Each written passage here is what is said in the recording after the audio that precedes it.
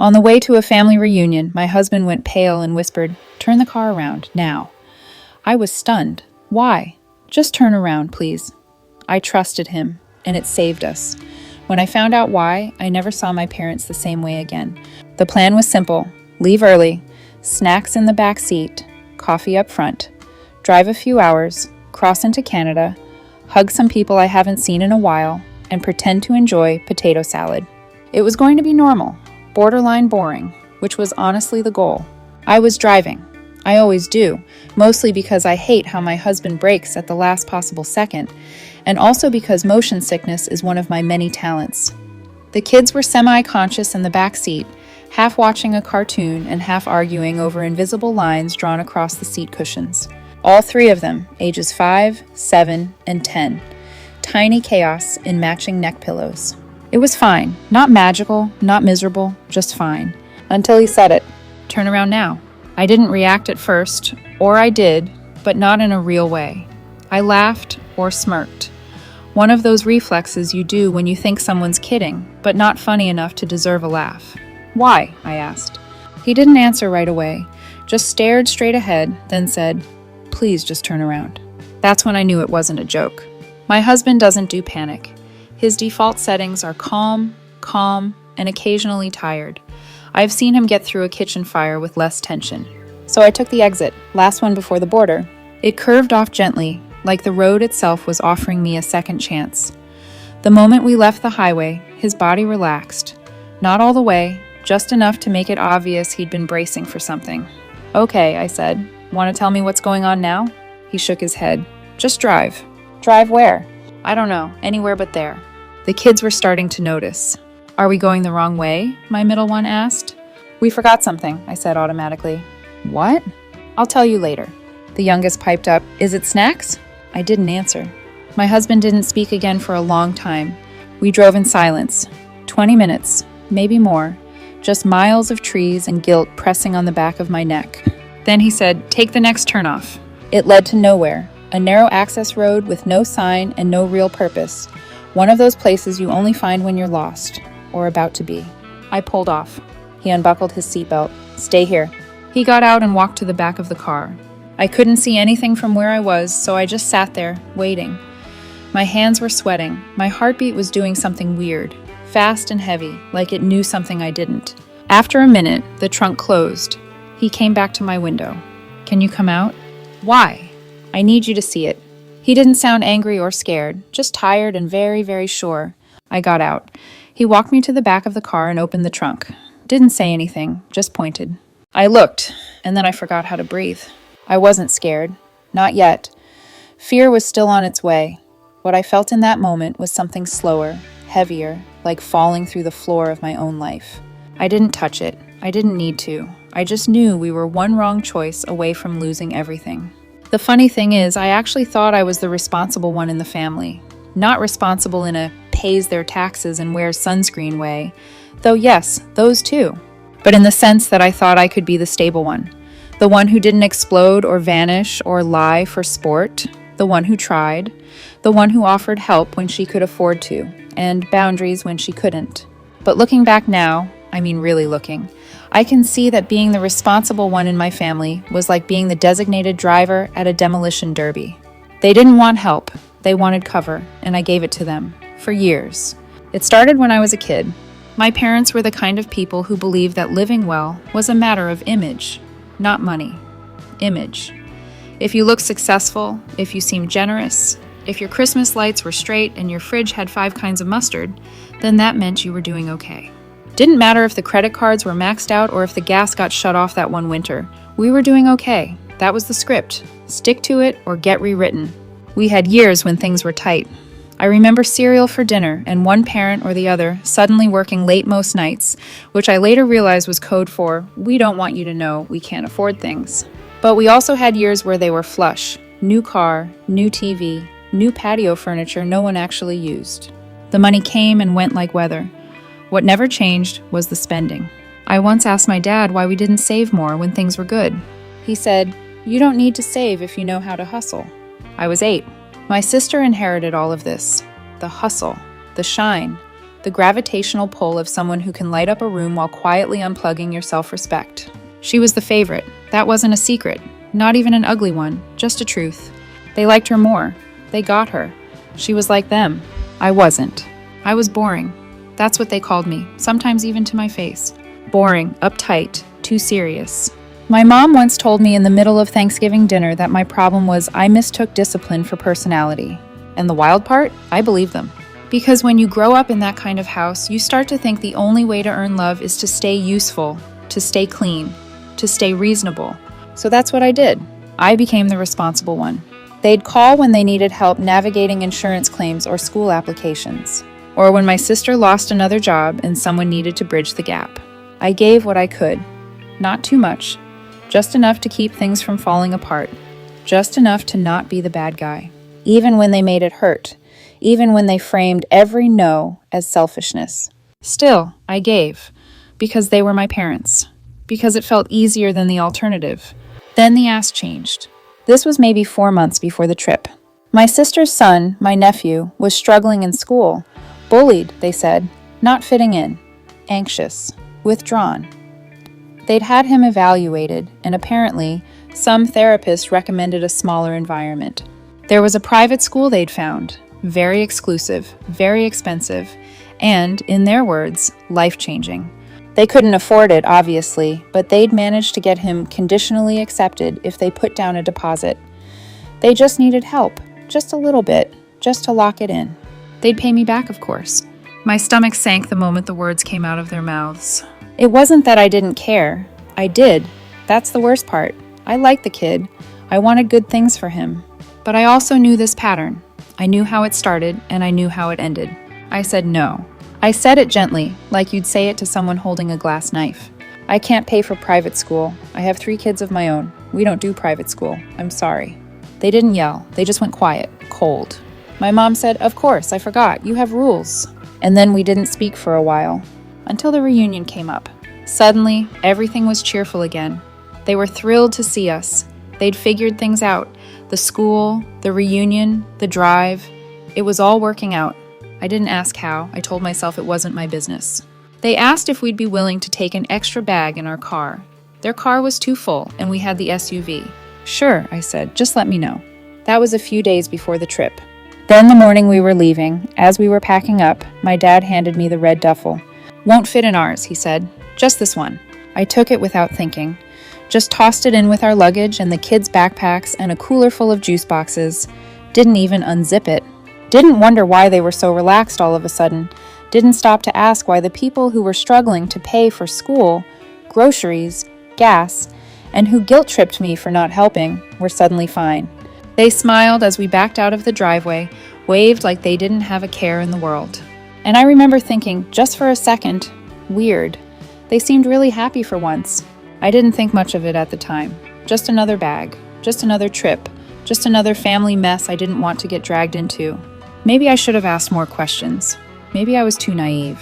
He didn't sound angry or scared, just tired and very, very sure. I need you to see it, he said. I got out. He led me to the back of the car and opened the trunk. Didn't speak. Just unzipped the red duffel and folded back a sweatshirt. And that's when everything stopped. Inside, wedged in between clothes, stuffed into what looked like a child's toiletry bag, sealed in plastic, were packets. Not one. Not hidden especially well, just there, under layers that wouldn't have fooled anyone doing their job for more than 5 seconds. I stared, not fully understanding, then fully understanding all at once. Not medicine, not vitamins, not anything with a purpose that didn't include handcuffs, lawyers, or headlines. I didn't speak, I couldn't. Every muscle in my chest locked. It felt like drowning in slow motion. He didn't say, "Look what they did." He didn't say, "This is what I thought." He just zipped the bag closed again and let the silence finish the sentence. I took a step back. The gravel crunched under my shoes like it was somewhere else, like it wasn't connected to anything real. "They put that in our car," I finally said. My voice was thin. "They put that in our car," he nodded. "With the kids," I added. Another nod. I looked up at the sky for some reason. It was still blue. It still looked like a good day. I hated that. It felt wrong, like the sky hadn't gotten the memo. "How did you know?" I asked. He didn't answer right away, just stared at the closed trunk like it might still be open underneath. "When they gave us the bag," he said eventually, Something in their eyes, the way they smiled, like it was already done, like they were sure it would work. He shrugged, then shook his head, like he was trying to knock the memory out. I couldn't stop thinking about it the whole drive. Then just before the border, it hit me. He looked at me. I didn't know, but I knew.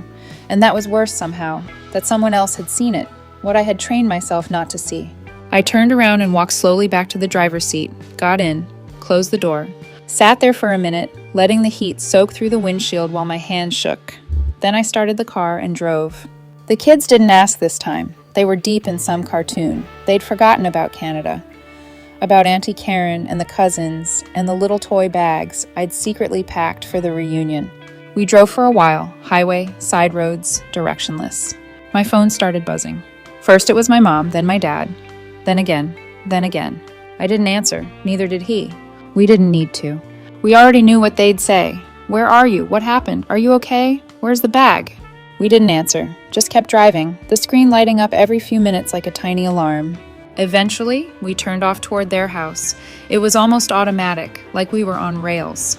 We didn't talk about it, we just both knew what had to happen. I pulled into their driveway and parked.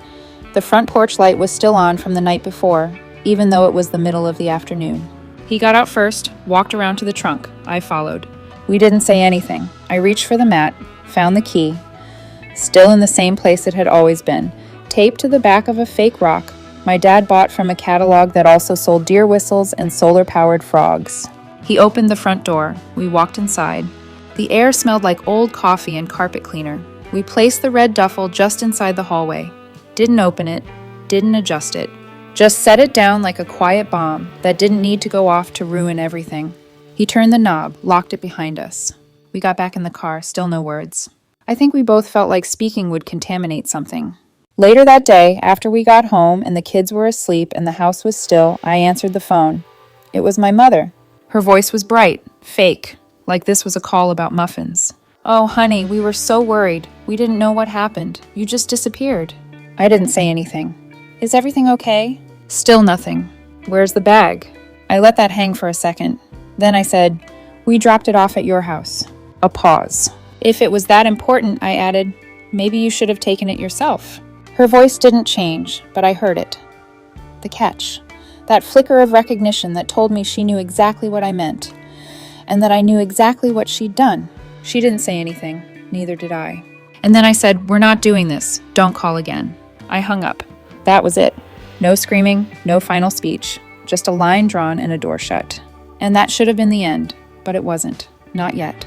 They showed up on a Wednesday. No warning, no text, just the doorbell ringing like they were dropping off muffins instead of guilt. I knew it was them before I even checked.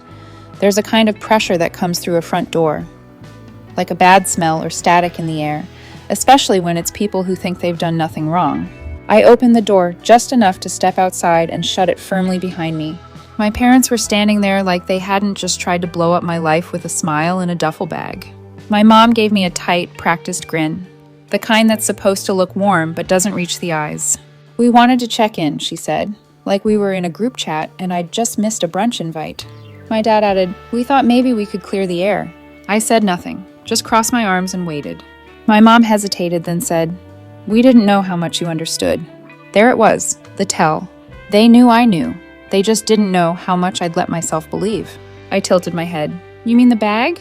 Neither of them answered, which was answer enough. You put it in our trunk, I said, with your grandchildren in the back seat. My mom swallowed. We didn't think it would be a big deal. It wasn't going to be anything, my dad said, trying to keep his voice even. Just something to help with the debt, that's all. We were desperate, my mom added. You wouldn't help. There it was again. The fallback excuse. The one-size-fits-all defense. You wouldn't help. Like this was just a response to my lack of generosity. Like their betrayal was a natural consequence of my boundaries. I didn't yell. I didn't cry. You didn't just betray me, I said. You risked our lives. Neither of them spoke. You risked your daughter, your son-in-law, your grandchildren. My dad shifted his weight. My mom blinked like she was trying to cry, but couldn't quite summon the tears. We're done, I said. Don't call, don't come here. You don't get to see the kids. This is over. She opened her mouth. I could already hear it forming. The classic, you're being dramatic, or maybe, you'll cool off. Instead, she just said, you'll come around. You always do. I turned, walked back inside, and locked the door behind me. And for the first time in a long time, I didn't wonder if she was right. 3 days later, I showed up at the school to pick up the kids. They weren't there. My stomach dropped so fast I couldn't speak. I just looked at the teacher like she'd told me my house was on fire. "Oh, they were already picked up," she said, like it was the most normal thing in the world. "Your parents said you'd ask them to." I don't remember driving. I remember being in the car, and I remember the sound of the engine, but I don't remember anything in between. They were at my parents' house. Of course they were. Inside, it looked like a birthday party had detonated. Toys, candy, balloons, a whole Lego set that cost more than my grocery budget for the week. The kids were glowing, sugar high, clutching new things, and laughing like this was Disneyland. My parents were acting like this was all fine. My mom was slicing cake. My dad was on the floor, building something that beeped. It was surreal, like walking into a parallel universe where they were the kind of grandparents who cared more about giving than taking. Only they weren't, and this wasn't love. This was strategy, emotional bribery, weaponized affection. They'd never spoiled the kids before, not like this, not ever. But suddenly, after we cut them off, suddenly there's Santa Claus with a debit card. I stood there for a second, trying to remember what it felt like to give someone the benefit of the doubt. I couldn't. "We're leaving," I said. The kids whined. "But why?" Grandma said, "We're leaving, now." They didn't understand. Of course they didn't. How could they? They were being told yes by people who'd spent their lives saying no, and they liked it. It was easy to like. "Can we keep the toys?" one of them asked, clutching a stuffed bear like it held answers. I hesitated just for a second. Then I said yes, because taking the toys away would make me the villain, and I wasn't giving my parents that win. As we headed out, my mom called after me, sing-songy and soft. "They'll come back to us, they always do." She said it like it was a fact. She said it like a promise. She said it like she still thought she could win. That night, I didn't wait for some magical sign or emotional breakdown. I just sat down on the bed, looked at my husband, and said, "We have to leave." He didn't ask why. He didn't need to. "I don't want them near the kids, not at school, not at the grocery store, not down the block pretending to be harmless." He nodded slowly, like he'd already been halfway to the same place. "You mentioned North Carolina before," I said. "Your company has an office there. Your parents live there. I wasn't ready then. I am now." He nodded again. "The transfer is still on the table." "Good," I said. "Let's take it." No drama, no hesitation, just the quiet decision to burn the bridge and never look back. I didn't need revenge. I needed distance, and a clean start somewhere they couldn't reach us. Fast forward a few months later. We were in North Carolina. The mountains were beautiful. The air smelled like pine and fresh starts. The kids were in new schools. His parents, warm, grounded, drama-free, lived 20 minutes away and actually wanted to help. We didn't tell anyone where we went. We blocked numbers, disappeared. And not in the dramatic, storming off to find yourself kind of way. In the we deserve peace kind of way. One day my phone rang from an unknown number. I let it go to voicemail. Later I listened. A cousin, one I barely spoke to. "Hey, your mom says she doesn't know where you are. She's really upset. Said you just cut off contact. I don't know what's going on, but family matters." I deleted the message, didn't call back, didn't explain. Because by then, the only thing I cared about was this. We were safe. We were free. We didn't disappear. We escaped. It was about 6 months later. New state, new school, new routines. I'd almost gotten used to not checking my phone with dread. The quiet wasn't comfortable yet, but it was no longer terrifying, just still. And then I got an email from my sister. Subject line, "Emergency. Please read." I stared at it for a while. I thought about deleting it unread. I thought about marking it as spam. Instead, I opened it. It was long, frantic, poorly punctuated. The gist? Our parents had been arrested again. This time, not for being stupid, though that was still part of it, but for actually doing the thing they almost let us get arrested for. They tried to smuggle something across the border themselves. No middlemen, no family scapegoats, just a trunk full of product and 2 people in their 60s who still thought rules were suggestions. They were caught, obviously. The email ended with a plea. They need help. They need money for a lawyer. This is serious. You have to put the past aside and show up. Your family. I read that line 3 times. Then I hit reply. All I wrote was, "And I did show up once. I'm not doing it again." And I meant it. I didn't hear anything else for a while. I didn't need to. But eventually, word found its way back to me, as it always does. Cousins talk, family trees have rot, but the roots are deep. They were charged with possession with intent to distribute and attempting to cross an international border with controlled substances. A few pounds, enough for intent, not enough for headlines. They took a plea deal, 4 years each. Not life-changing, but not nothing either. Enough time to sit with what they'd done, if they were capable of that, which honestly, I doubt. The part of me that used to flinch when people mentioned second chances is quiet now. We have a life here. It's not perfect, but it's ours. The kids laugh more. My husband sleeps better. And I haven't had to translate guilt into silence in a very long time. And as for the rest of it, I don't regret the boundary. Not for a second. But you tell me, did I go too far or not far enough? Let me know in the comments. And if you're new here, hit subscribe.